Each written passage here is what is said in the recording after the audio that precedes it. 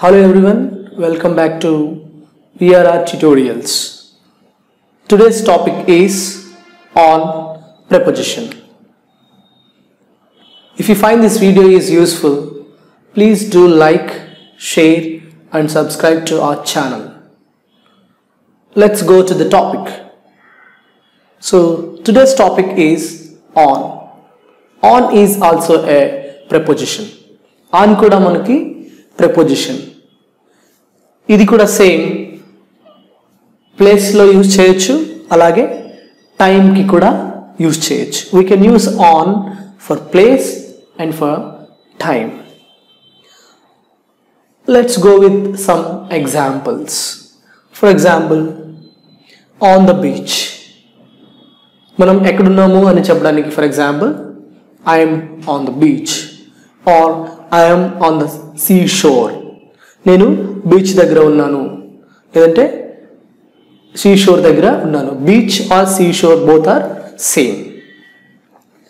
అదేవిధంగా on the right or on the left. So మనకి ఎవరైనా డైరెక్షన్స్ అడుగుతారు.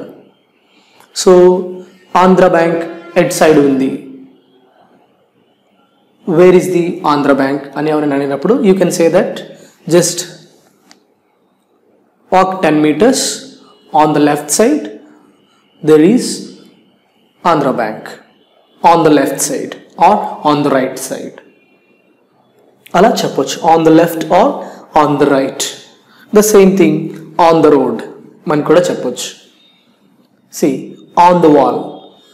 So there is a picture on the wall. The picture is beautiful which is on the wall. ఆ picture చాలా అందంగా ఉంది, ఆ గోడ మీద ఉన్న పిక్చర్ చాలా అందంగా ఉంది.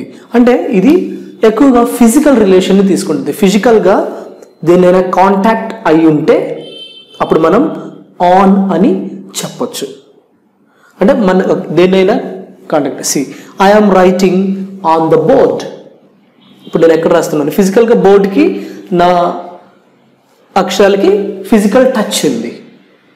సో మనం ఆన్ అని చెప్పొచ్చు. దేనికైతే ఫిజికల్ రిలేషన్ ఉంటుందో, ఫిజికల్ కనెక్షన్ ఉంటుందో మనం ఆన్ అని చెప్పొచ్చు. See, the marker is on my palm. ఈ మార్కర్ నా అరిచేతిపై ఉంది అని చెప్పొచ్చు. అదొంది ఫిజికల్ రిలేషన్ కలిగి ఉండాలి. See, on your nose. So there is a fly on your nose. మీ నోస్ మీద ఒక ఈగ ఉంది అని చెప్పొచ్చు, అంటే ఫిజికల్ రిలేషన్లో ఉంది. ద సేమ్ థింగ్, ఒకవేళ ఫిజికల్ రిలేషన్ లేకుండా పైన ఉంటే, ఫిజికల్ రిలేషన్తో లేనప్పుడు ఓవర్ అని వస్తుంది.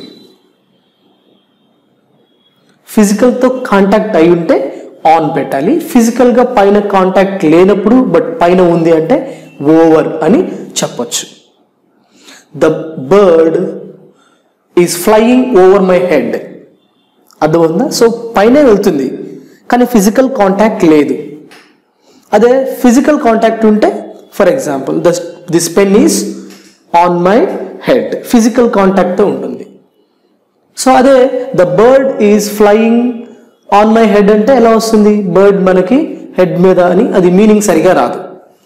So you understand, I hope.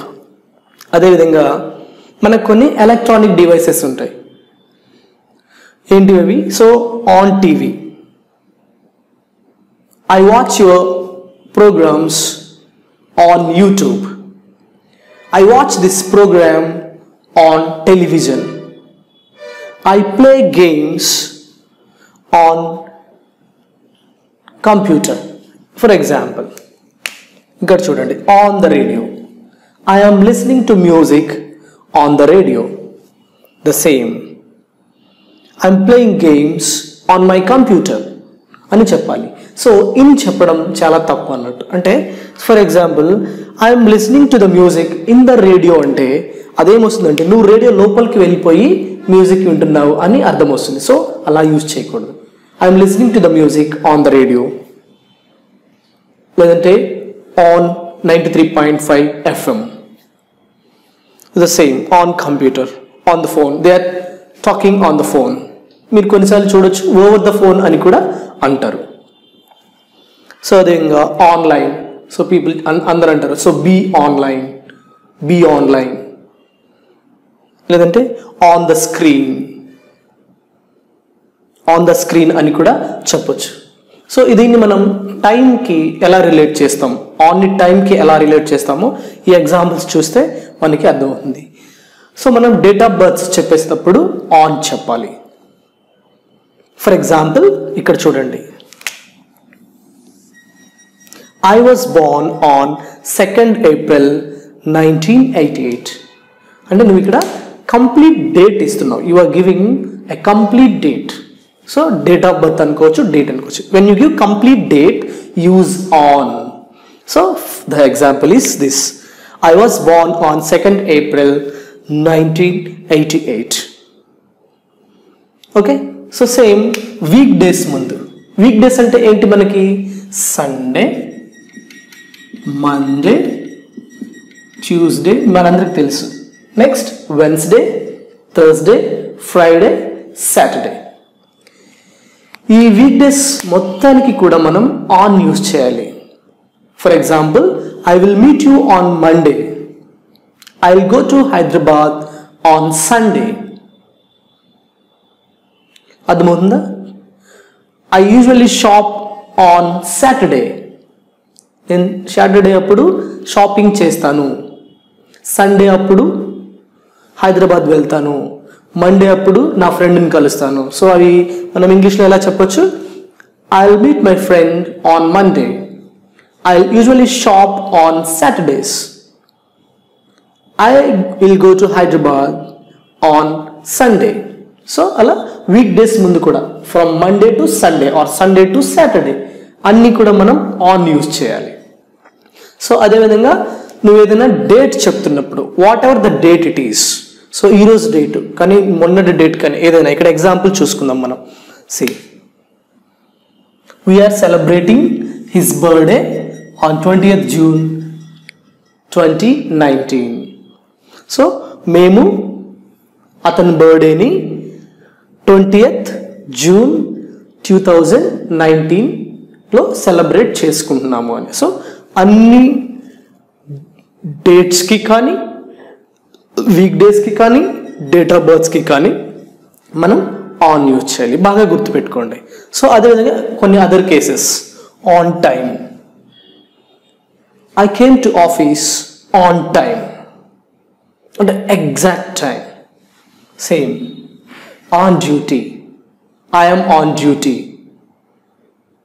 మీరు కొన్ని గవర్నమెంట్ వెహికల్స్ మీద చూస్తుంటారు, ఆన్ డ్యూటీ అని ఒక బోర్డు పెట్టుంటారు. ఆన్ డ్యూటీ అంటే వాళ్ళు డ్యూటీలో ఉన్నారని, ఆన్ డ్యూటీ.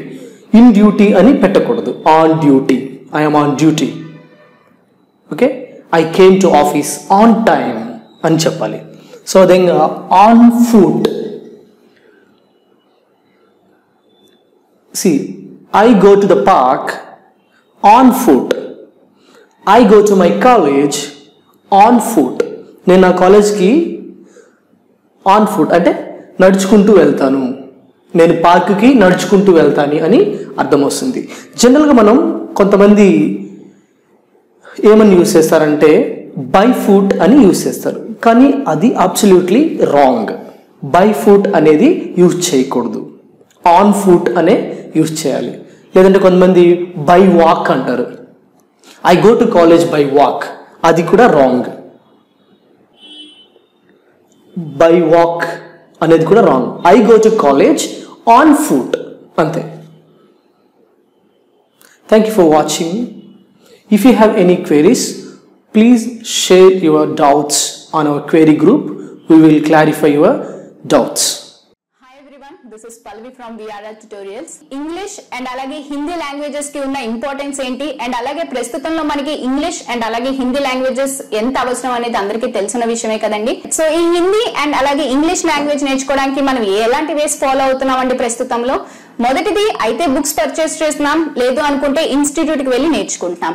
సో ఈ బుక్స్ పర్చేస్ చేసినప్పుడు మనకి ఆ బుక్స్ లోని చాలా లిమిటెడ్ నాలెడ్జే ఉంటుందండి. అండ్ అలాగే లిమిటెడ్ నాలెడ్జే నేర్చుకుందాం అనుకున్నా అది మనం ప్రాక్టీస్ చేస్తున్నప్పుడు మనకి చాలా డౌట్స్ అనేవి అరైజ్ అవుతాయి. మనకు ఆ డౌట్స్ క్లారిఫై చేయడానికి ఎవరైనా ఉంటున్నారా?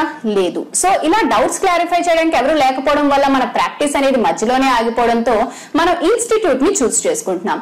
సో ఇన్స్టిట్యూట్ కి వెళ్ళి నేర్చుకోవడం వల్ల మనకు వచ్చే డిసడ్వాంటేజెస్ ఏంటి అంటే మనకి ఇన్స్టిట్యూట్ అనేది మన రెసిడెన్స్ దగ్గరలో ఉండొచ్చు, లేదంటే దూరంలో ఉండొచ్చు. సో దూరంలో మనకి ఇన్స్టిట్యూట్ కనుక ఉన్నట్లయితే మనకి ట్రావెలింగ్ టైం అనేది చాలా వేస్ట్ అవుతుందండి. ఆల్మోస్ట్ 1 hour మనం ఈ ట్రావెలింగ్ కి స్పెండ్ చేయాల్సి ఉంటుంది.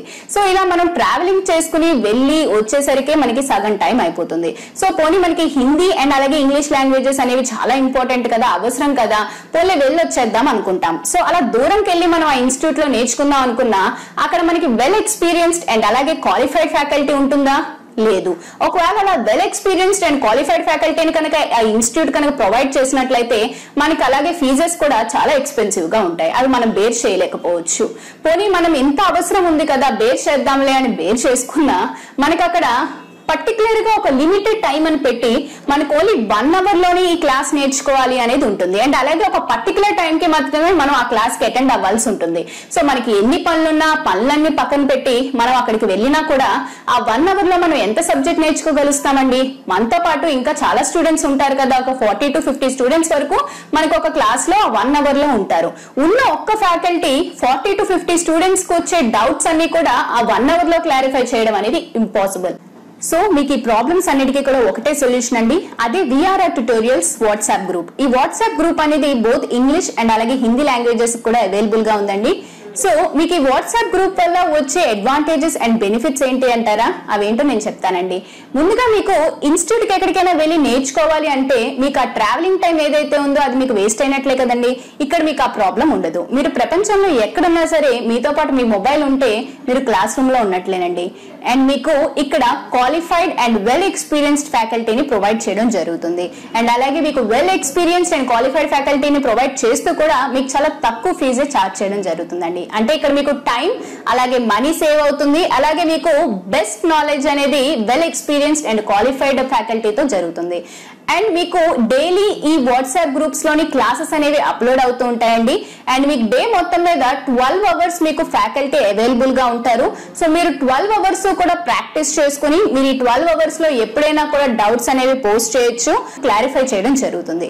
అండ్ ఇక్కడ మీకు ఇంకో అడ్వాంటేజ్ ఏంటి అన్నట్లయితే మీకొకరికే వచ్చే డౌట్స్ కాకుండా మీతో పాటు ఆ గ్రూప్ లో ఉన్న స్టూడెంట్స్ కి ఆ క్లాసెస్ మీద వచ్చే డౌట్స్ కూడా మీకు మ్యామ్ అండ్ అలాగే సార్ క్లారిఫై చేస్తారు కాబట్టి ఆ డౌట్స్ ని కూడా మీరు క్లారిఫై చేసుకుని నోట్ చేసుకోవచ్చు.